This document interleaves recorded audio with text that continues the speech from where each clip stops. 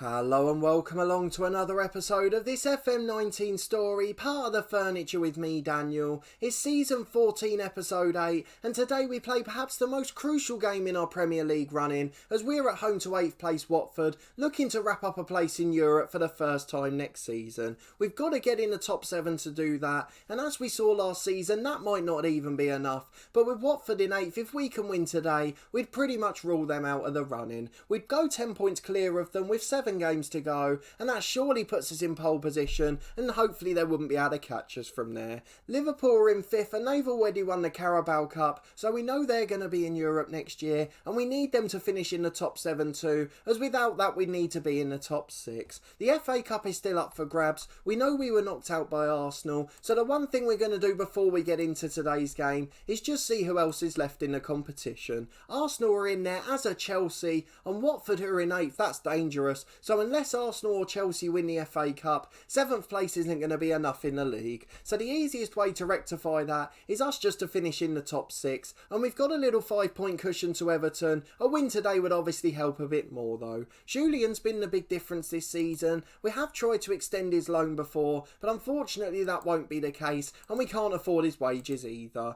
I know we're only paying 20 grand a week at the moment, but at Manchester City he earns 205. To put it into perspective, our top paid player is currently on 90,000 a week. We've got a few problems going into today's game. It says no team news there, which is a little bit of a lie, because it doesn't include players that are fatigued and ones that might not be able to perform to their best. You can see with 8 games to go though, we're in a position we certainly wouldn't have complained about at the start of the year. We're the second top scorers in the league, and our defensive record's even improving now. We've still got the best disciplinary record as always. That's sorted itself out as the season's gone on. But let's go and have a look at the schedule for the couple of games off camera. You were obviously with me for that Arsenal game, a devastating FA Cup defeat. Julian missed a crucial penalty with 10 to go as we lost the cup tie 1-0. And in our home to Sheffield United in the league, we bounced back almost immediately. A fantastic performance and a 5-1 win. Kozul, Recchio and Julian getting goals before Alvaro Gonzalez came off the bench and secured a brace to wrap up a good victory. Then away to West Brom, the bottom side in the league, we did the job again with a good comfortable win. Julian and Omar either side of half time, which leaves both of them a little bit tired today. But let's go and get into the game and see who's in the lineup today. We're obviously going to be slight favourites, and in fact we're odds on to win this match. Watford have got 4 players doubtful, but considering they're only 7 points behind us and still in the FA Cup quarter-finals, that seems a little bit harsh on them, and that's me saying that as a Luton fan. But let's go and look at the lineup nevertheless. We've got a sold out stadium today. We have opened again with our full capacity. You saw the attendance there, 29,500. That's what we've got to live with the rest of our career. The board have been brilliant in getting us there quickly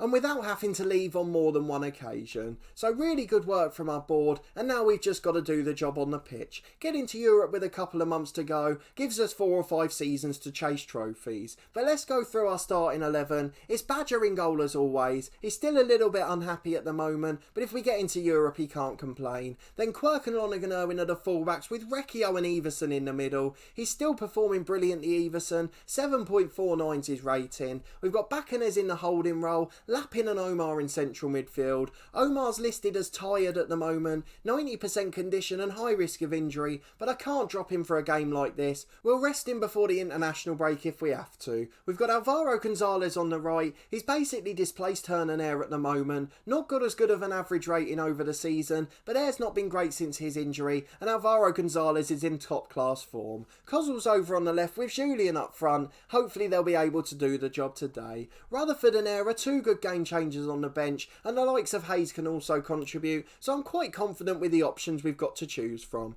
But let's go and get into the first half. Fingers crossed we'll be able to get the win. A really good performance is needed too, just to send out a message to our rivals. We want to be up there with the top 6 clubs, and today's our best chance to start to achieve that. It's a 4-3-3 for Watford. They're matching our formation entirely. They've got plenty of good players in their side, and I know we're not focusing too much off the pitch today, like we did with our youth intake last time, but this one is such a big match, we just want to put all our focus on the pitch. Let's go to the team talk and see what Stuart Jelling recommends. He wants the lads to pick up where they left off, and why wouldn't he with 2 good wins in a row? We're certainly in good form coming into this one. Lots of the lads are motivated, including a tired Omar, and we're really going to need a big hour from him him today, and then if we do well enough we can rest him at the end. We're going to see what the tunnel interview entails. Richard Quirk's been fantastic for us. He's making his 125th league appearance today, the man we got back with our 50% sell on in the summer. A brilliant player, a brilliant performer, and hopefully a future captain of the side. It's a different challenge for us today. Our opponent's not in good form. They were up in 6th place until recently, and they've just dropped off a little now.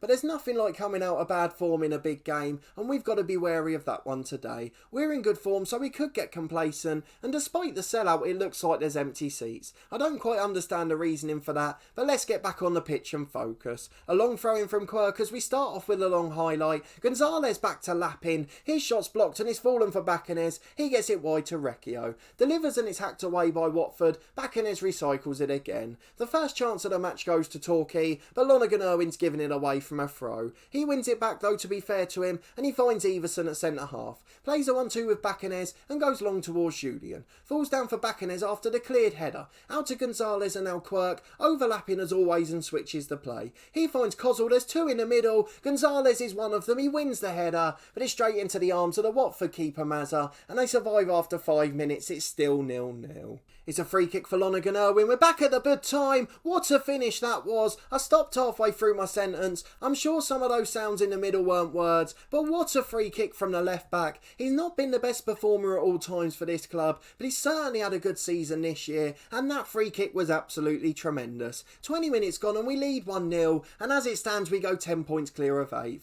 A brilliant start to the game. Now can we get a second and third to seal it? 10 minutes to the break and we're back with Pinto in the middle for Watford as they're finally getting their first attacking highlight. Lynch shoots from distance and it almost caught Badger out, but a brilliant save to his left hand side to tip it wide for a corner kick. We're playing at home in our away kit. Badger's wearing the same kit in goal. It's all going a bit pear-shaped in terms of kits. I know I've said it before in this series. It's the one thing I'd love to be able to customise in FM is choose the kits the two teams play in, because it isn't a sensible choice a lot of the time, particularly there with the keeper wearing the same one. It's Lynch on the left for Watford though, causing a bit of trouble before the break, and Phil Lynch has put one in the top corner. We can't say we didn't have a warning a couple of minutes ago. What a finish that was. He looks an absolutely sensational player. We've got to go and have a look at him to see what he's like, and now we've got the warning to close him down. Stuart Jelling being a bit reactive there, it just shows he hasn't done his homework. A couple of minutes to the break and it is all square. Not a disaster, but we'd like to have stayed ahead.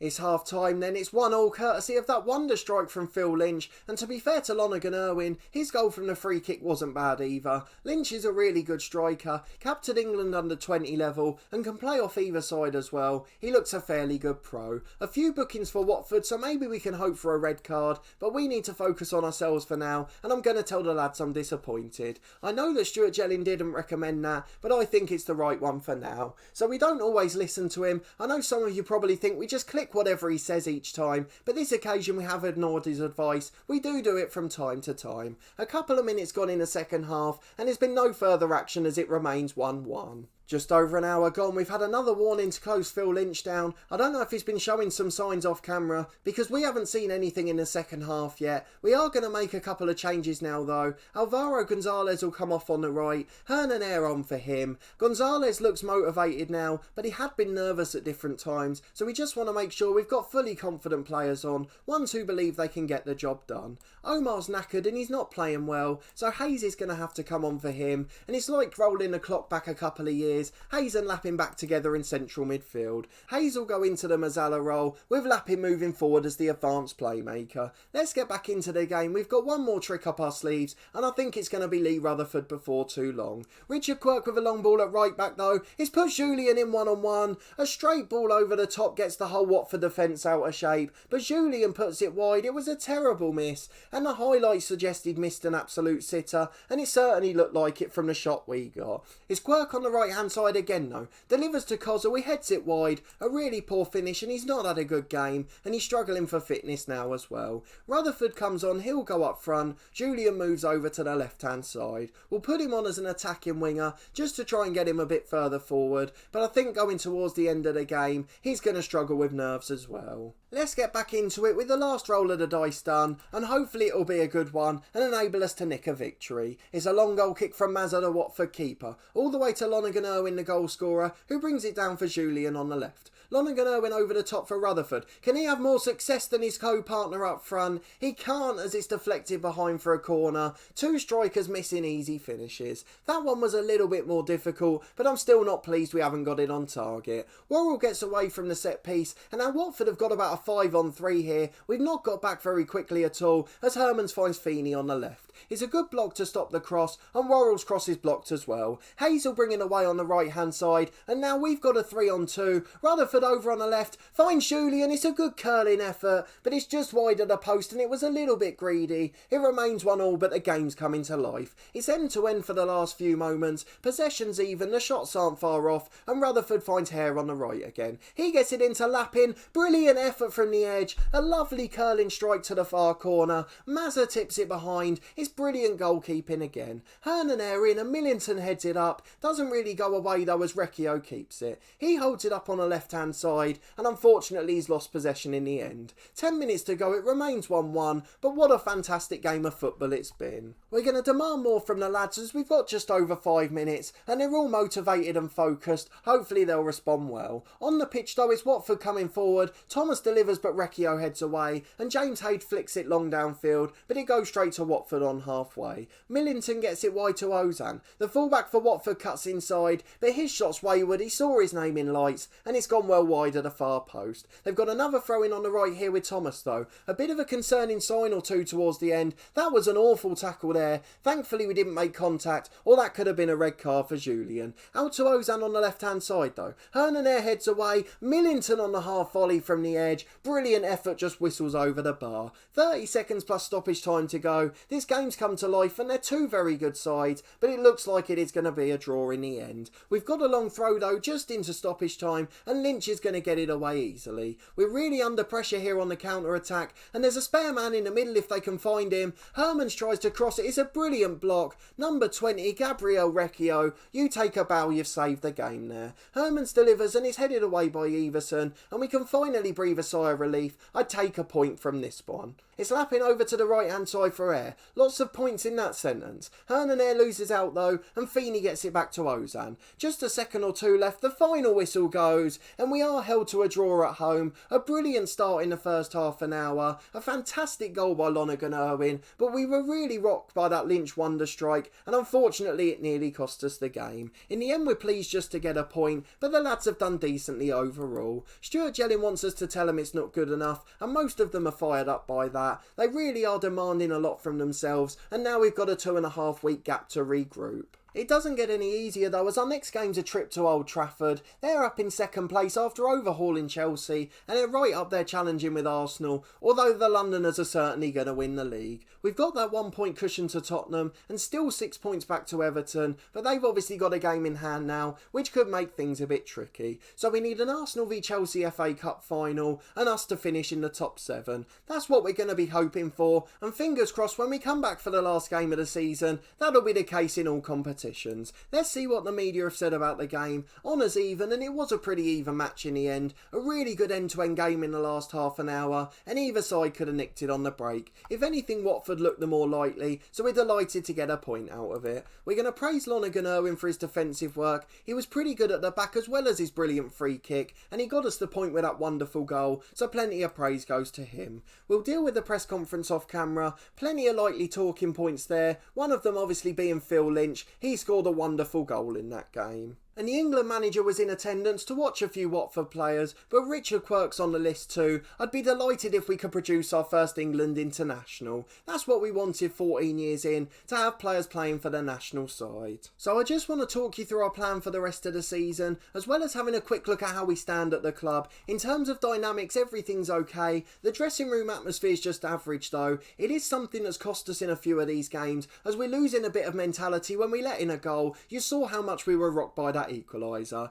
Vladimir's still a little bit concerned, and Badger's obviously in the same position. If we don't get in the Champions League, he wants to go, and if we don't get in the top 6, Vladimir wants to leave. So possibly a bit of a revolution of the squad in the summer, and it all depends on where we finish in the league. That's going to be something that's hard to adapt to, but if we can just get in the top 4, we won't have to worry about all that. If we go and have a look at the schedule though, there's plenty of big games coming up. We've got a really difficult end to the season. Manchester United in our next one, then Liverpool Liverpool after that and Chelsea at the start of May, before a friendlier one against Brighton on the final day of the season. Let's look at where Brighton are in the league and where we're hoping to get our points. We're going away to Villa, who are in 9th as well, so there's plenty of tricky ones to come. And although Julian's still the top scorer in the league, his goals have dried up a little bit. Omar's starting to struggle for fitness too, so it's all starting to go wrong at the wrong time. But we've got to try and keep that positive mentality, or the lads are going to follow suit and get disheartened. But either way, we've got to remember we would have taken this position at the start of the year. We're up in 4th place with just 7 league games to go, and we're going to be competing for a top 7 finish, and hopefully this year it'll be good enough for Europe. So the plan is to come back for the last game against Brighton, but if we do get into any sort of situation or some moments that look exciting, I will obviously show you another one beforehand. But if you did enjoy this episode, please put a thumbs up on the video. Let me know in the comments what you thought of the performance. I thought it was a really good game between two decent sides, and it pains me to say it as a Luton fan, but this Watford side in game are very good. We've got a lot of thinking to do in the summer, and it's going to be a bit of a difficult window as we really can't prepare as we have in previous years, as we've no idea what competition we're going to be in. We could yet be in the Champions League for the first time, we could well be in the Europa League, and we could be missing out on Europe entirely and not be able to sign any of our proposed targets. So we are going to have to think about that carefully, but we've got to worry about these 7 games first. If they don't go well, it all becomes irrelevant. I guess the positive side of that is the late thinking and perhaps rushing towards the end of the transfer window will cause an exciting transfer special next time out, so I hope you'll come and join me for next season too, but we've got one more to deal with this year. But if you do want to get your thoughts in early, let me know where you think we need to strengthen, and obviously we had our youth intake in the last episode too, so if you haven't seen that one, do go back and catch up with it, and let me know what you think of the new prospects at the club. Subscribe to the channel for daily FM19 content from my 2 long-term stories. This one with Torquay United, where we're 1 episode away potentially from reaching Europe for the first time, but which competition will it be, the Champions League or Europa League? And then my other journeyman series, The Head Coach, in that one we've moved to our 3rd country in 3 years, so do go back and catch up if you're not up to date with the series. It's certainly been an exciting couple of years, with plenty of entertainment and new experiences in leagues I've never managed in before. There's also 3 episodes a week from my new Cricket 19 career, that's every Tuesday, Thursday and Saturday at midday. A massive thank you to all of you that have gone along and checked that one out, and for those of you that watched our 10-part Ashes test playthrough too, I really do appreciate it, and I've really enjoyed showing some new game content on the channel. There's also weekly content from my Snooker 19 career every Friday at 4:30, but the Football Manager content's going nowhere. We will be thinking about our plans for FM20 soon, and we'll start to talk about those in the next couple of months, so I hope you're looking forward to that one as well. But a massive thanks for watching this one and your continued support with the series. I really do appreciate it, and I hope to see you next time for another big episode as we try to secure our European status. Which competition will we be in? We'll find out next time around.